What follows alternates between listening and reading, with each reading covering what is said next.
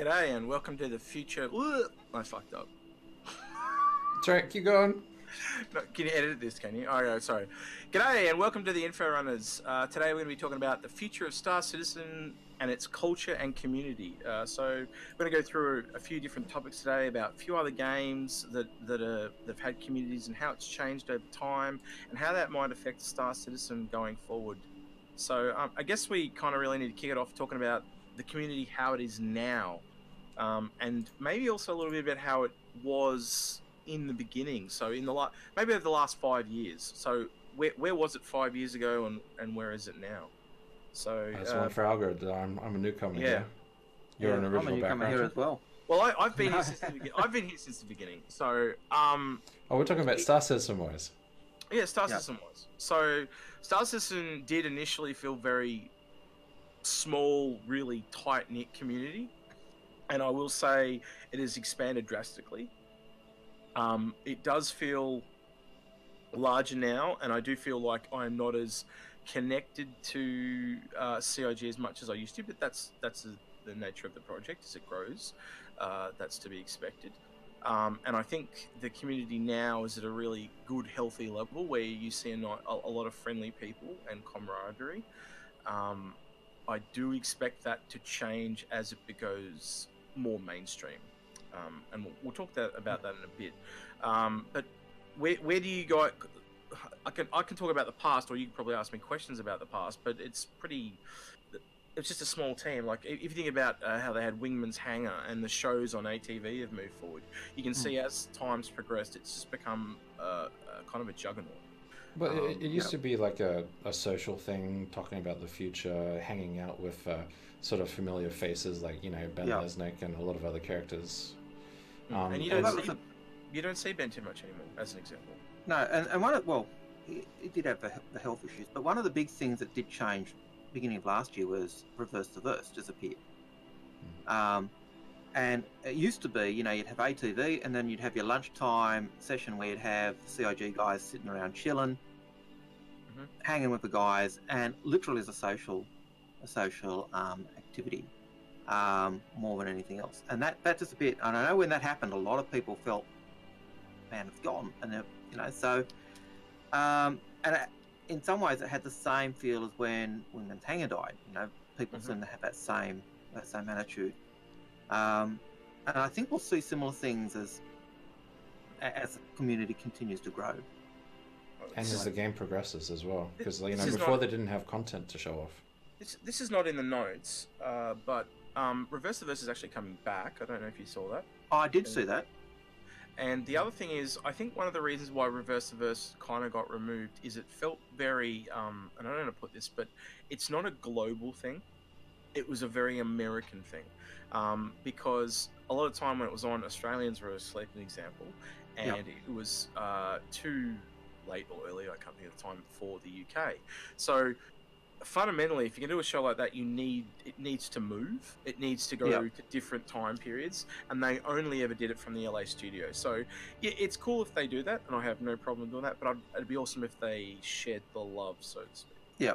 That would be the idea of it was always that hanging with the community, and so you had the support team there, you had the community devs there, you had Sandy there, you had Ben there, and so it was literally just an hour to chill. It wasn't really anything important. It used to be said, hey, you don't take anything you hear here as fact. It's us hanging, having lunch, and having a good time with you guys. And that personal nature was one of the things that really, for the early backers and the AB, and even the later backers, as from when I joined, they still had that same sense of a closeness of a community. I do think a lot of the personal nature's kind of moved on to the bar citizens now and things like that as well. That's probably another area that didn't exist before. And I think that's probably why they actually CIG actually pushed and encouraged the development of the bar citizens as well, to keep that social aspect and that friendliness that used to be there, and try and recapture it. And working on a culture and developing a culture is a really hard thing to do as groups grow. If you've got something good in your culture you want to keep, you've actually got to work hard to maintain it. You can't just expect it's gonna stay there. I remember, and I still kind of see posts from like this from time to time on Reddit and the Spectrum and stuff. Is I love this community; it's so friendly, blah blah blah. But I have to be honest. I think it is changing. It is becoming more. You can feel it becoming more mainstream. Very slowly, and I also find that those people that I've known for longer. I kind of become more close knit with because I know they're not gonna go out of their way to be vicious or vindictive or toxic. They're not gonna break Wheaton's law. No. So, but yeah, I find the same thing. In a lot of the communities, certainly in concierge and other groups, you hear people often say things like, "Oh, customer service is," they harken back to the good old days, when customer service was more personal and Chelsea was here and all the rest of it, and those days were good. Yeah. But you do see a slight tad of elitism from people like that. They go, I'm an original backer, I'm a veteran backer, I'm a Mile High Club owner, blah blah blah. You also see that from new players though. Like, I mean, the concierge forums is not quite the tight knit place it used to be. There's a lot more people reaching in the concierge and the numbers going through the roof. It seems a lot less immature than it was in the past. It doesn't take much to get there. It doesn't take much to get there. So $1,000 and well, it used to be more mature conversations happening in concierge than there is now. At least it's a really hard thing to kind of call a line on. Like, should we be encouraging people to want to be a concierge? That's a personal decision. I don't like that. I feel, and split is the wrong word, but I don't like this. It is the nature of humanity. You tend to have small social circles. That's just how we are as people. So the bigger this gets, the more fragmented or into groups we're going to split. That's just how it's going to be. But I just really like it that if I was down in the street and I had I don't have it on me, damn it. If I had my little keyring that has Star Citizen on it, and another guy saw it, he would stop me and go, I play that, man. Awesome. And there are other games that they don't do it. They'll kind of like point at your shirt, but they won't say anything. But I literally would feel comfortable a couple of years ago, probably would think about it now. If I saw some Star Citizen thing, I would stop them. Like when I was at PAX, right? Yep. That was about 3-4 years ago. And I would stop them and we would talk for a good 15 minutes. Yeah, right? even now, before, because they knew they were Star Citizen and still small at that time. It's not as rare. You went for it, yep. Yeah, and now you'd question it. Like, and the other thing is, I remember talking to people as young as 15 a couple of years ago, but now it's more mainstream. I'd feel weird stopping a younger person or an older person to talk to them. It's just it's the nature of how things are, unfortunately. I guess unless you guys got anything to really add to that, I want to kind of move on to. Well, I was going to say, I know you want to move on, but I had said, people harken back to the days of Chelsea and the old days of how customer service was, and even though we do, I've got to put in a caveat that says, okay, even if Chelsea was still here, customer service would have changed in terms of the way they did things, just because of the nature of the beast, of the growing thing. Back in the days when there were a lot less people back in the game, it's a good example. You could actually afford to be more personal. But when you've got the population's gone through the roof, there was only two original customer service people, which was Chelsea and I've forgotten their names. No, not Sandy. Alexis, Ben's wife. And I remember every time I used to put a ticket in, I'd either get one from Alexis or I'd get one from Chelsea. Yep. And I remember when they got new staff member, and I instantly felt totally disconnected. Like, oh, that personal touch is gone. And now when you contact concierge, it's just as long, if not longer, to get a ticket back. But it's just from some random person you just don't have any connection to. Where previously, if it was Chelsea or Alexis, you'd seen them on a video or something, so you just felt like it had this cool. And I think that was the big thing that actually made them feel so close, because they were always on reverse to verse, and they were always in the section of ATV for the the concierge section or the subscriber section. Because they were always there, you got a sense of these guys. I know these guys. the human face of Star Citizen, or humanizing it, is what you're looking at. And I think, you know, as the project grew and as the number of tickets increased, and by the nature of the beast, that personal nature we had has disappeared. It's been eroded. It doesn't mean CIG are deliberately wanting that to happen. It doesn't mean they don't want that same service level to be there. But unless they grow the customer service department by as tenfold, it's impossible to have that same nature. So Hayes, when you joined, in contrast to me and Alga that have been here a bit longer, what was it like when you joined? Like, what was your... When I first got in, it wasn't so much the community that drew me in, it was my friends. I had like a friend who was a backer, and he was always telling me about it, and it was sort of, you know, it forced me to take a good look at Star Citizen and where it's gone, because I hadn't kept up to date for years.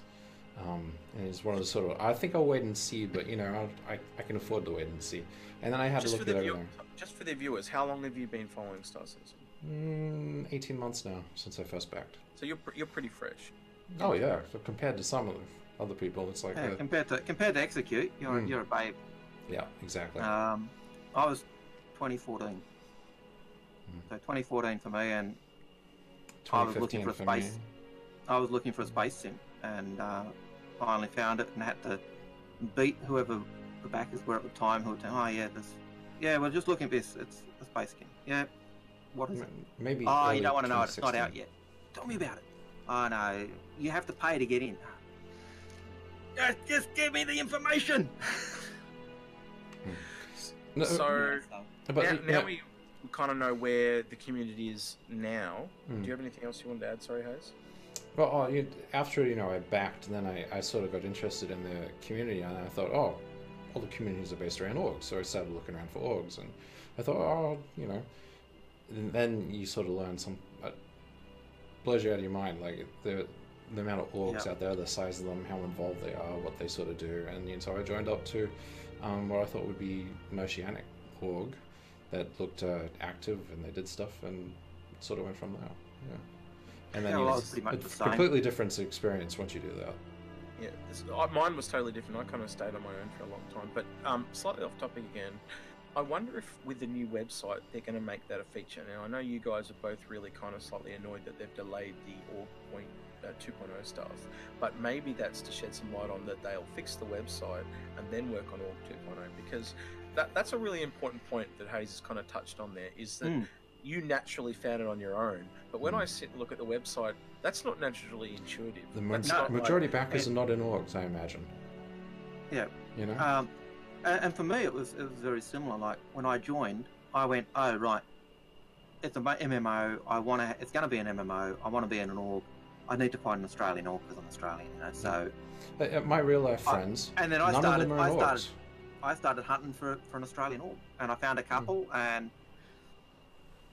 they were all 6 of one, half a dozen of another at the time, and the one that I joined was SCA because at the time they were easiest. That was it. What about you, Hayes? With your experience, what happened with yours? How did you stumble on your current org? I was looking for an Australian-based org because time zone and people on at the same sort of time. I was looking for someone, a group that was active, and SCA was one that stood out. I mean, I looked at a couple and I was like, no, not really. No, not really. Oh, look at this. How to look at their forum posts for recruitment, and how to look at that was fairly active back then, more so than now. I actually myself stumbled on SCA maybe 3 years before I joined it, and my first initial impressions were not good. So I kind of stumbled onto it, and then I kind of went, okay, that's an org, and they're seemed a bit stuffy for me. It didn't seem laid back.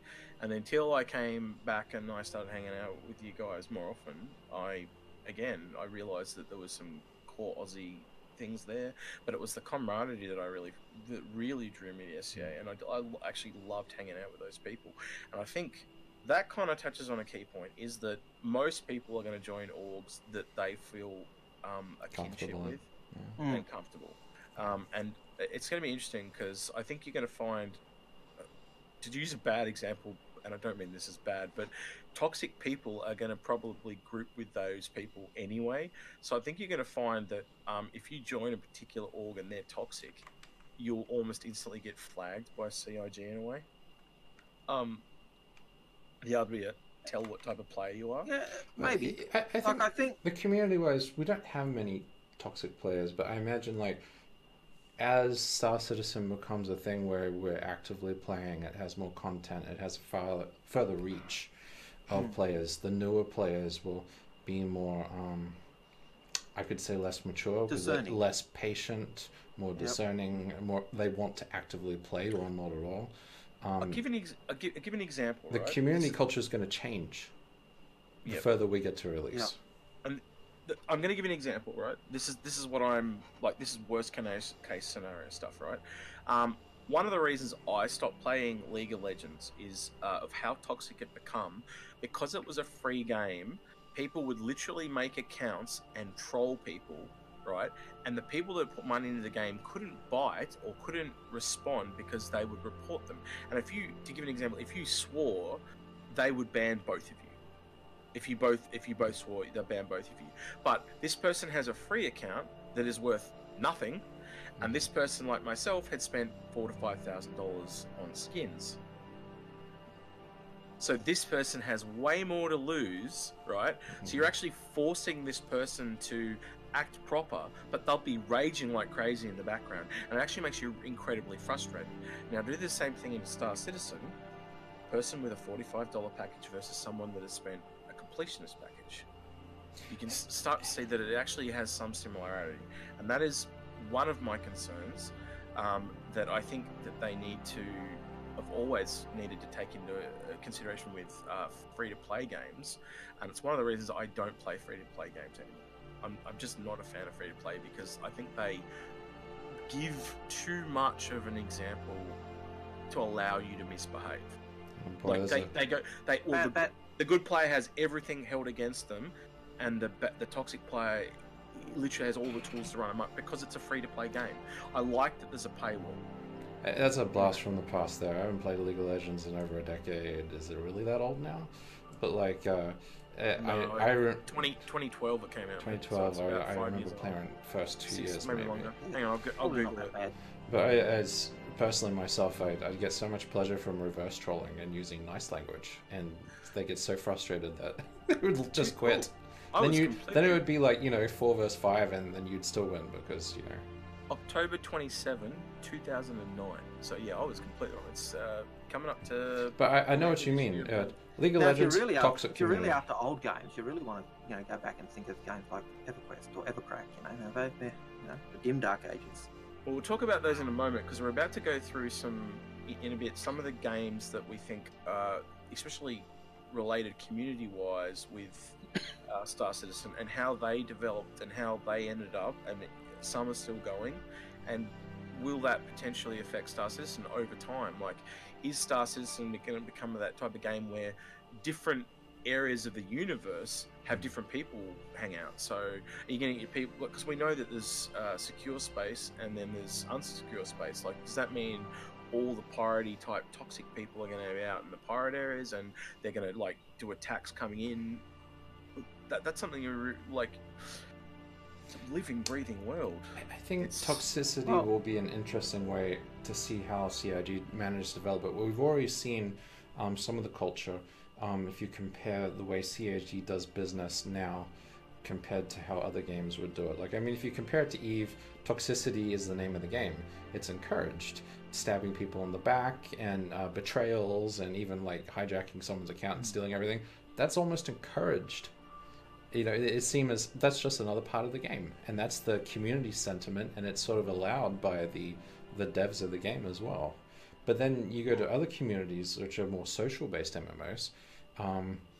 The GMs will weed those sort of people out. They will be more offside to the people who are being, let's say, victims. Let's say, and they'll try to manage their communities in a soft way and try to appease people to.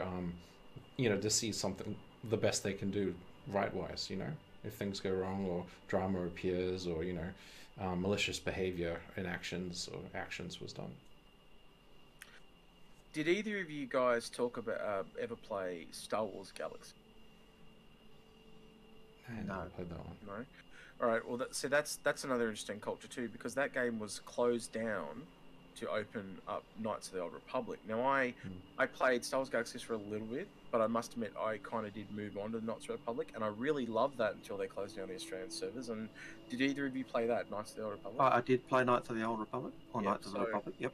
And a lot of people came over from Galaxies to Knights of the Old Republic, but there was this sourness, this... Yeah. You killed my game.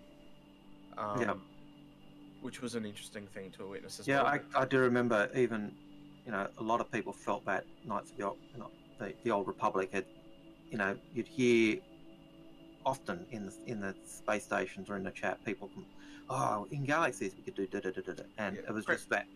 Prematurely ended Galaxies is what I'd phrase it as. But was there... I didn't... Like, whenever you get a P vs P game... I think it kind of... You get... Some people... How do I put this? When you're in real life, rivalries are fun, right? Yeah. So if you get football, so you get, like, you get your football team versus your football team, and there's a rivalry and it's fun. But I think for some reason when you go online and there's not voice, not a human interaction, and you put it into text, it removes a lot of personality and it falls flat. It's even the same when you use voice. Voice actually is a step closer, but while we can still be anonymous, while people still don't know who I am, it doesn't matter if you can hear my voice. If you don't know who I am, I'm still free to be an utter bastard if I want. I think you can probably slightly see where I'm about to take this, is if you go into Star Citizen though, we're about to do face over IP. Yeah, you still won't see their face, but yeah, I know what you mean. That but that emotive response. If I lift my eyebrows and look surprised, and that character looks surprised, you're gonna subtly read some kind of expression off it, and I think it's gonna make it slightly more humanized. I roll my eyes because you're saying something, and the camera catches my character rolling her eyes. You're gonna know I'm thinking, what a bullshit artist. At the same time, you say, "Oh, I'm sorry, I completely screwed you over. I didn't mean to do that," and you frown and you show the apologetic things. You'll seem, as opposed to trying to tick you off and punk you. Hey, I'm sorry I screwed you over. Yeah, sorry I screwed you over. It's like no. Yeah, I got him. Yeah. Yeah, if you're like doing you with someone and they start dancing around the screen. Yeah, that. So you are gonna pick that up. So I think that will help.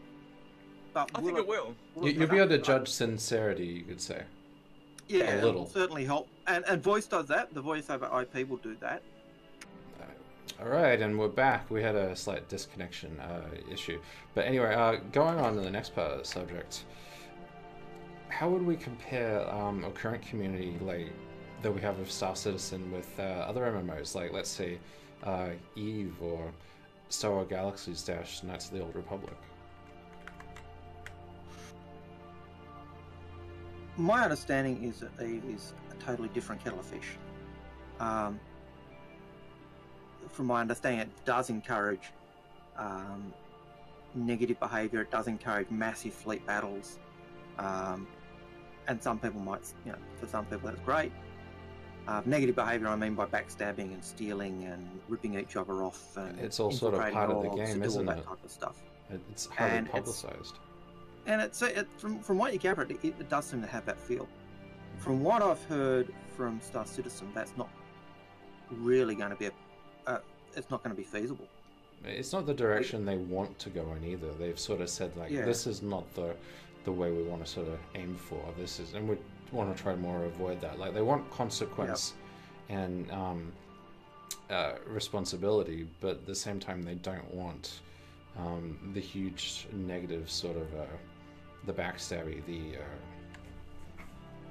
so much like you can lose everything, but they want to cater to you don't lose everything. But in-game conflict, not out-of-game conflict.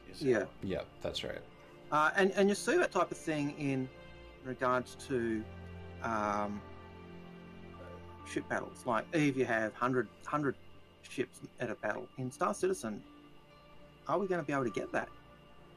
Even when the game's at full scale, And will it just be me versus, my 100 ships versus Execute's 100 ships, or will there be NPCs added in? And my impression is we're going to have that NPC interaction as well. But there was also a comment in one of the Spectrum chats where someone had asked about if I take my ship out without insurance, what happens to it? And Asme made a comment that basically the way they're looking at doing it is you won't lose your ship. You won't lose your ship permanently, even without insurance. It'll still be in your account. It's just going to cost you a crap load of UEC to actually get it back. That's me paraphrasing. Asme, not I know we're guessing, but what would you say is a crap load of UEC? Is that 50% of the ship value, or if you were to guess? I know 50% is still generous. Yeah, you have to say. Look, I think 50% is reasonable. Even if it was 100% of the value they said for UEC, given the way they've said earning UEC is, I think that could be conceivable. It'd be a bitch. It'd be I wouldn't be happy.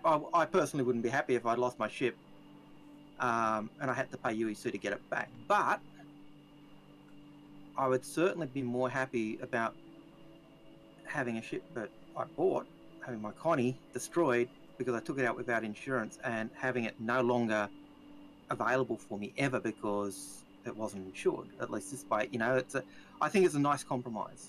And I know some people will probably say, "Oh, it ruins LTI." Or, so what? Who cares? I actually think it's a good thing. Well, what makes the game work and is fun and enjoyable and is fair is more important than someone complaining about LTI. Hate to tell you. Yeah. So I think that's one thing, and I think that's one of the things that comes into that. It's not like Eve. Eve, I buy a ship and I lose it in a combat. It's gone. I've lost it. I've got to go back and go through a process of getting the resource and rebuilding it. So I think that it can be very punishing in Eve. The other thing that supports that though is like the idea that Star Citizen does not really support or promote pure org versus org battles because of the way the faction system works. Is you attack one org in this faction, you're attacking that faction as a whole, and therefore you then also still have to deal with the fallback from the faction in the area as a whole, not just the org by itself. And so it promotes the idea of through the reputation system, through factions, that you attack players, it has more than just the consequences of attacking that org. It has consequences of attacking that entire sector's faction. And that generally goes away from the idea that orgs will go out in full total war, because one can literally camp out in their faction area and the other side will take all the NPC consequences, which is 90% of the universe, all by themselves. And I think that says one of the things that they really want to do is why they do want that player interaction, why they do want the PvP aspect, why they do want that. They also want to make sure that, okay, it's balanced and it's not going to be that Eve sense. So it's not going to be 100% player run and dictated.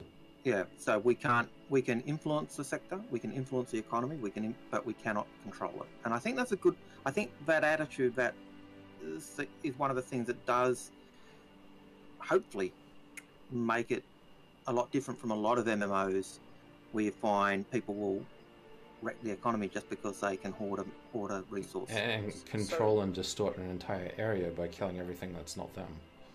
So we know what type of games we don't want it to be like. Can you think of an MMO or even another game that we would like the community to be like?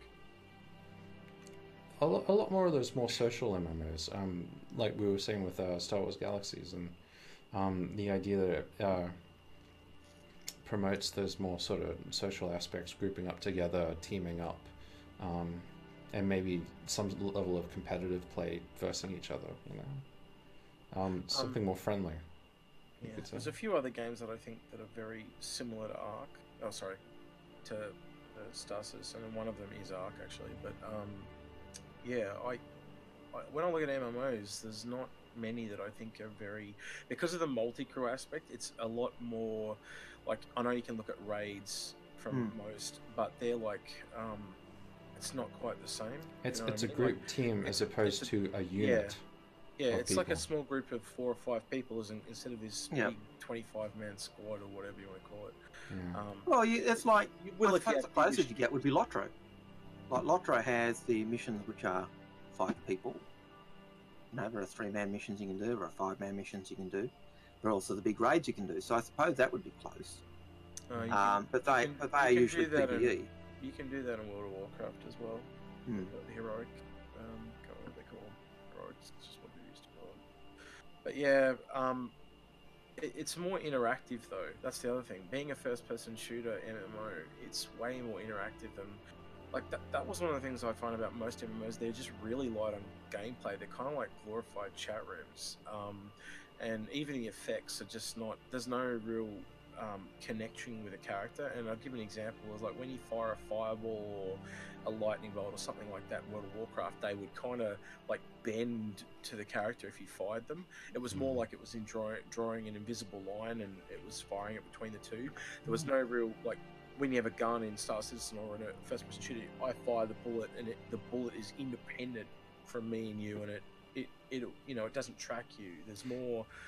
I've played a couple of FPS-based MMOs, and they were all the same sort of thing. You targeted a character, it instant sort of locked in, and there was no real I aimed at something. It was more like I targeted, it happened, and it was calculated. Star Citizen is one of the first is taking FPS-based mechanics and trying to mix it with an MMO. Like, I mean, there's plenty of big open-world sandbox FPS games, but how many of them try to tie it into a full MMO experience? Not many. I think I keep coming back to it. It's like 4 games in one. Yeah. It's just... It's ambitious. It's when I sit down and I try and explain the game to someone, it's like, where the hell do I start with this? I trying to talk about it. Yeah. Because it's like, it's all this in one. And, it's just hard to say. Like trying to explain Serenity to people, or Firefly to people. Yeah, it's a Western in space. What? Yeah, and if you say it like too quickly, people are like, "Yeah, so what?" And they just don't get the. I always try and I think the thing I start with now is always try and show the scale, but we're getting off topic here. So, what's the next part here? Sorry. We talk about the culture of orcs, like in Star Citizen right now. Like, I mean, at the moment, orgs are very much sort of, or at least from the very beginning, were more about, oh, I can't wait to do this in Star Citizen, and I'm interested in doing this, and I'm going to theory craft that this is what I want to do, and we're going to talk and socialize about it, and that's how orgs have been in the very early days. And even up to now, that's still a thing.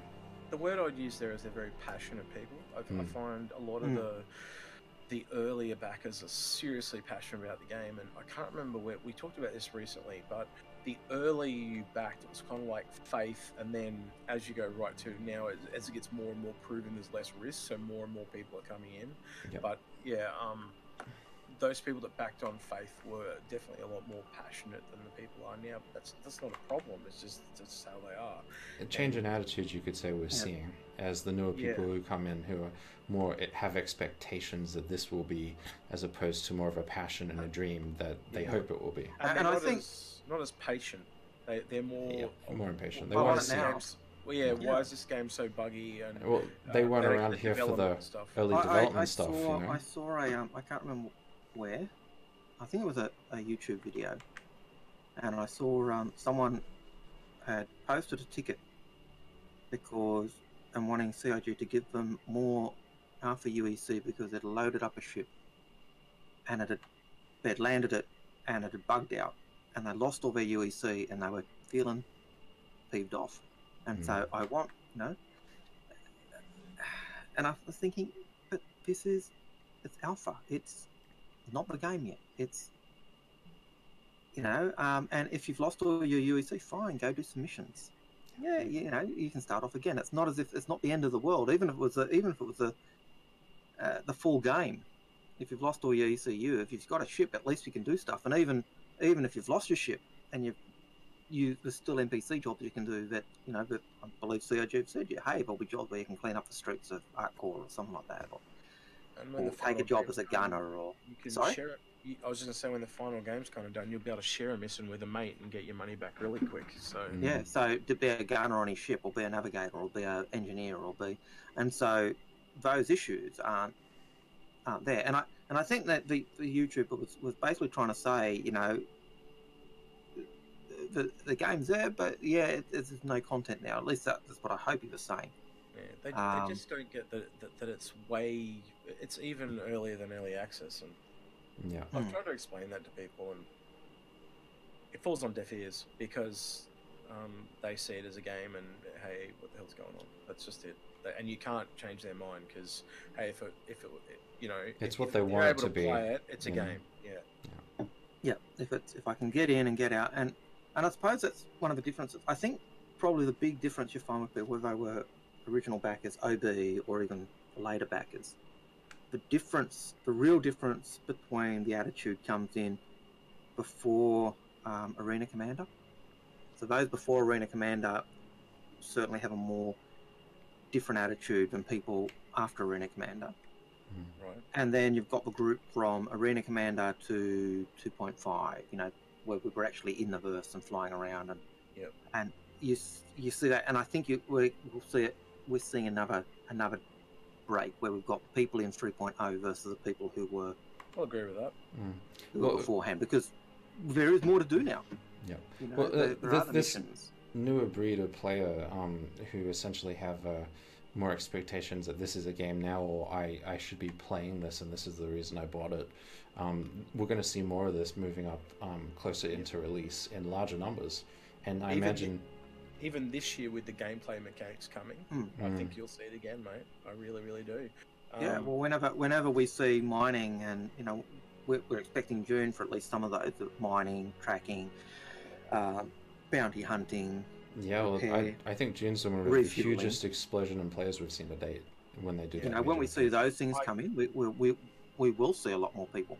I think this year, more than all the years previous, we'll see the biggest change. Especially with if you read in that report, they were talking about the long-term goals for this year is to try and get all the vast majority, I think it's the wording they used, of gameplay mechanics in. I like what you said the other day.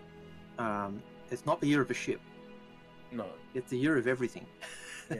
Well, it was something like that, you know. It was to that effect. To that effect, yeah. Because we're literally going from just flying around. Now we've got basic cargo to the vast majority of mechanics. So let's say what's vast, 90, 80%. Even then, that's going from almost nil gameplay to vast majority. Yeah. That's going to be the biggest sweeping change we've seen. Well, even if you look at what we've got now, like in 3.0, like in 2.5, we had some missions. We had half a dozen missions you could do, and a strain of the check out these sites for the Tessa. And now you've got those string of missions, and if you like, there's an end game in that there's two mission givers who, after you've done a certain amount, they will give you a string of missions. And so there is an end game there, even though it's still early days. What we're going to be seeing there is like a big change in the demographic, the attitudes, and sort of people playing Star Citizen. At the moment, we still have a lot of those romantics who they want the game. That's why they supported it, as opposed to those people who are now demanding to play the game. So I mean, you might see a lot more competitive people by then when they iron out combat. You might see a lot more people who are more interested in playing the game than speculating about it. And so they see this as a game as opposed to something in development. So slowly their attitudes and the expectations of the community will shift from the old guard as they outnumbered by the new players coming in. I still think the old guard, as you put it, will be the more loyal fan base, and they'll be here for years to come, and they will be a tight-knit group, and when they do the bar citizens and stuff, they'll be the people that turn up. Yeah. But I think we're going to be starting to be vastly outnumbered over the next 18 months. I think we're vastly outnumbered now. Yeah, I do so too. But I think he's trying to say it's going to get worse. Well, not worse, but bigger. I imagine we'll find more toxic people than we've ever seen. Unfortunately, as we were talking earlier about the way customer services change. Yeah. Expect it to change again, because as more people come on board, it's going to take longer, and it's not that CIG necessarily want it to go that way. It's just the nature of the beast. Well, the other thing is because you've got less people who pursue Star Citizen as a dream, you've got more people who pursue it as a game they play. Unfortunately, those toxic elements from any online game is slowly going to creep in larger quantities and be louder.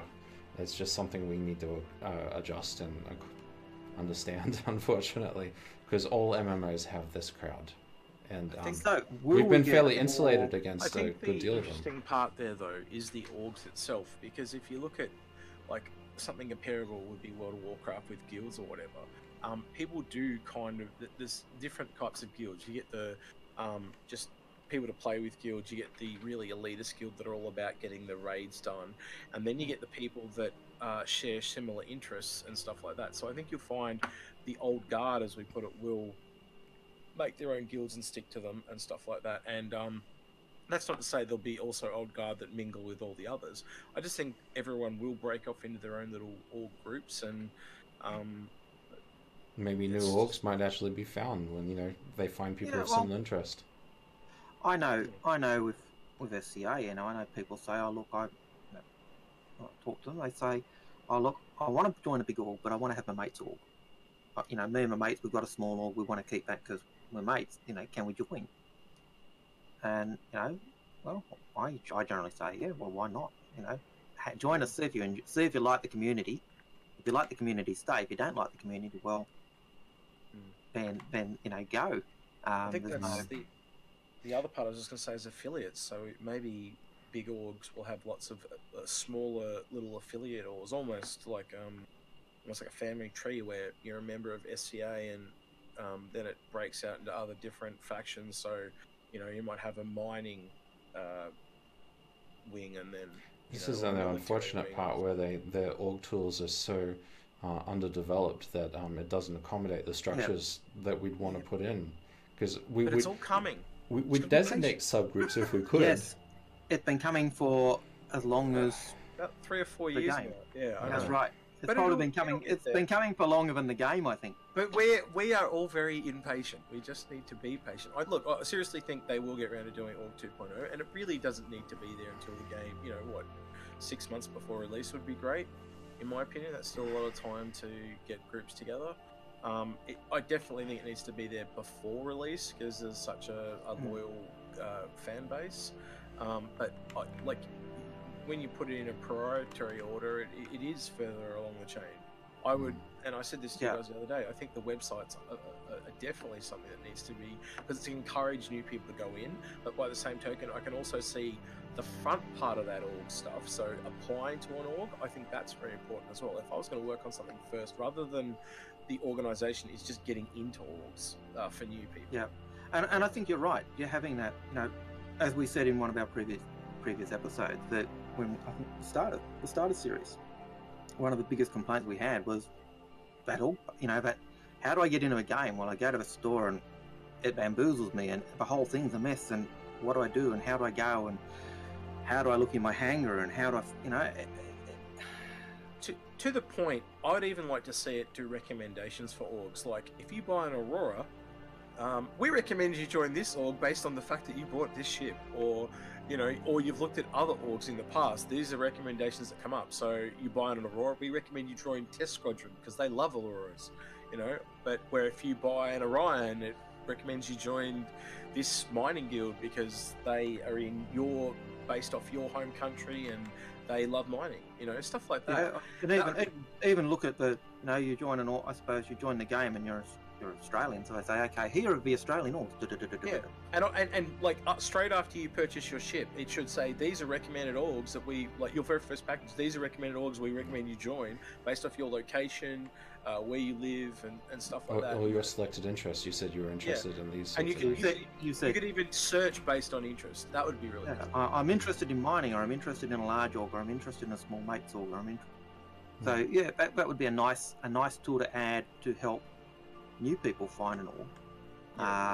And then obviously I imagine it wouldn't list suppose you say, hey, we're exclusive, because it'd filter out that type of stuff. So that could be something to help people. All that would really require too from a search perspective is for orgs to tag themselves, what they're into and stuff like that. So if you're into a spy, espionage, piracy type style thing, you can, there's a preset bunch of tags, and you can pick which ones to affiliate with your org, and so when someone goes searching, it just works it all out. And even questions like, do you want to join a big org, do you want a small, close org? And you again, it'll look at the number of your org and tailor the search accordingly. And the number of orgs they got now, this is the type of tool that they're going to need. Otherwise, they're going to find that trying to find needle in a haystack harder and harder. Yeah, a needle in a haystack. In 2014 when I tried to join, at that point there were a zillion orgs. There was hundreds of them. It was before they did their little when they did the Star Citizen logo with all the org names and all the org logos. I remember. And it was before them, but back then they were saying, there's 90,000 orgs or 100,000 orgs or whatever it was, a crap load of them. And trying to find an org, I was able to search for. I tried to go by Australian names, so or Southern Cross, because I knew, or Oceanic, and even with that, you still picked up half a dozen. But it was still a hard thing to dig out all orgs, and it took me ages back then, and I think it's a lot harder now. Is there anything else we need to add, or should we wrap it up? Yeah, we could start wrapping it up. We should probably talk about how do we think Star Citizen community is going to be going into the future? Let's say in a year's time or closer to actual release. What do we think is going to change? I think we kind of went over that. We kind of talked about I feel the old guard is going to break off into their own. They're going to keep their cloakers. I think there's also going to be a more competitive sort of group focus. If they touch up Marine Commander or people who want to do competitively working games, because at the moment older orgs are very social or either highly organized. But well, I think even now you're starting to see that aspect of orgs, where orgs are even from the beginning there were some orgs that said, right, we're this, and they were, even though they were more theory crafting, where they were still very structured and very even this is what we're going to do. And then there were other orgs that were, well, the game's millions of miles away.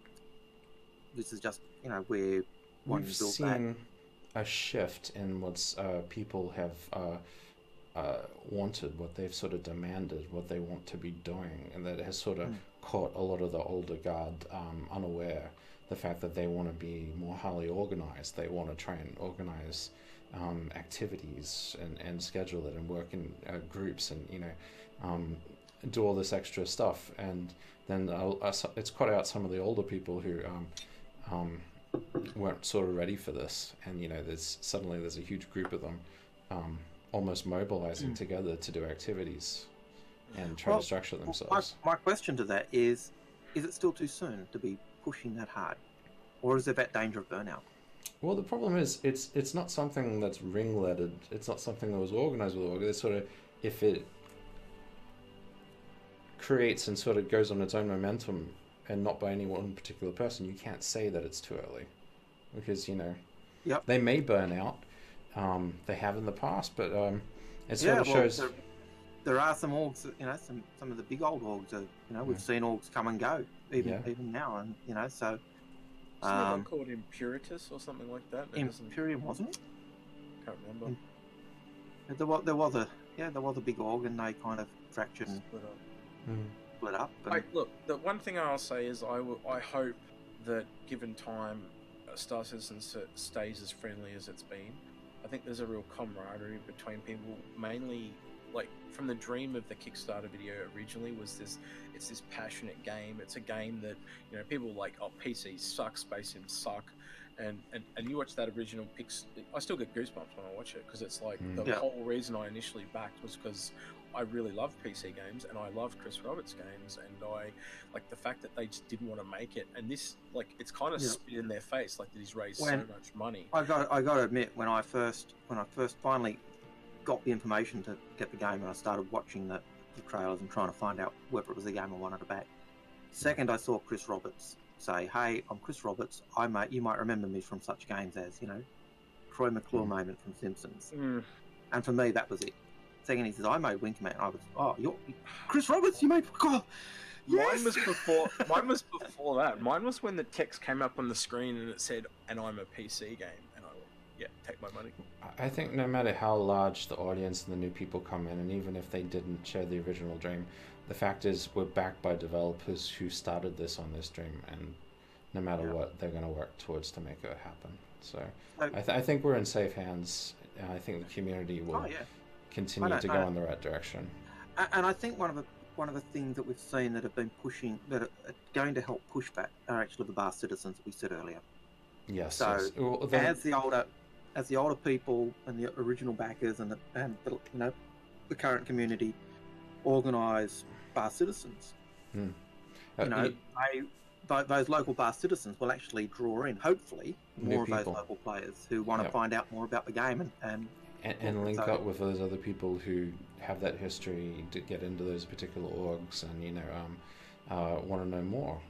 Because at the end of the day, there's no one place you can go that can explain sort of the history, what's happened, and give you an idea of the overall picture. Unless you talk to people who are in the know who are willing to tell the story. Yep, and one of the things I do like about the bar citizens, certainly in Australia, and I've got the impression that it's elsewhere as well, is they're non-org based. You'll have people from different orgs there. Oh yeah. But you've got lots of wide selection. And I know in Australia, the organizer of the orgs, I think the three main organisers, there's heads of the different one from organisers, one from Osmonauts, and one from LAMP, because the three biggest Australian orgs. Yeah, they're big and they're active, and that's probably it. But it's not org centric. It's trying to be inclusive, and I think that's going to be the big keys, and one of the helps that are going to help that community stay. That's kind of what I was trying to say before. I hope it stays that way, friendly and inclusive. That kind of wraps up how I want it to be. And there you have it. If you're a new player to Star Citizen, try to put some time aside and attend one of your closest bar citizens, or in the case of Australia, pub citizens. Do we still call it that? No, I think we changed it to bar citizen. To stay normal. Yeah, because if you want to learn all about Star Citizen and you're fairly new, the best place to learn is go one of those. Yeah. Anyway, I think that wraps us up for the show. I hope you all enjoyed it. If you have any questions, make sure to put them in the chat below. And if you like this video and you'd like to see more of it, like and subscribe. And this was Hayes, and on my left, I have Algarid. Is that right? Yeah. Yeah. And upstairs we have Execute. Hayes looks completely lost. We'll catch you around. Take care.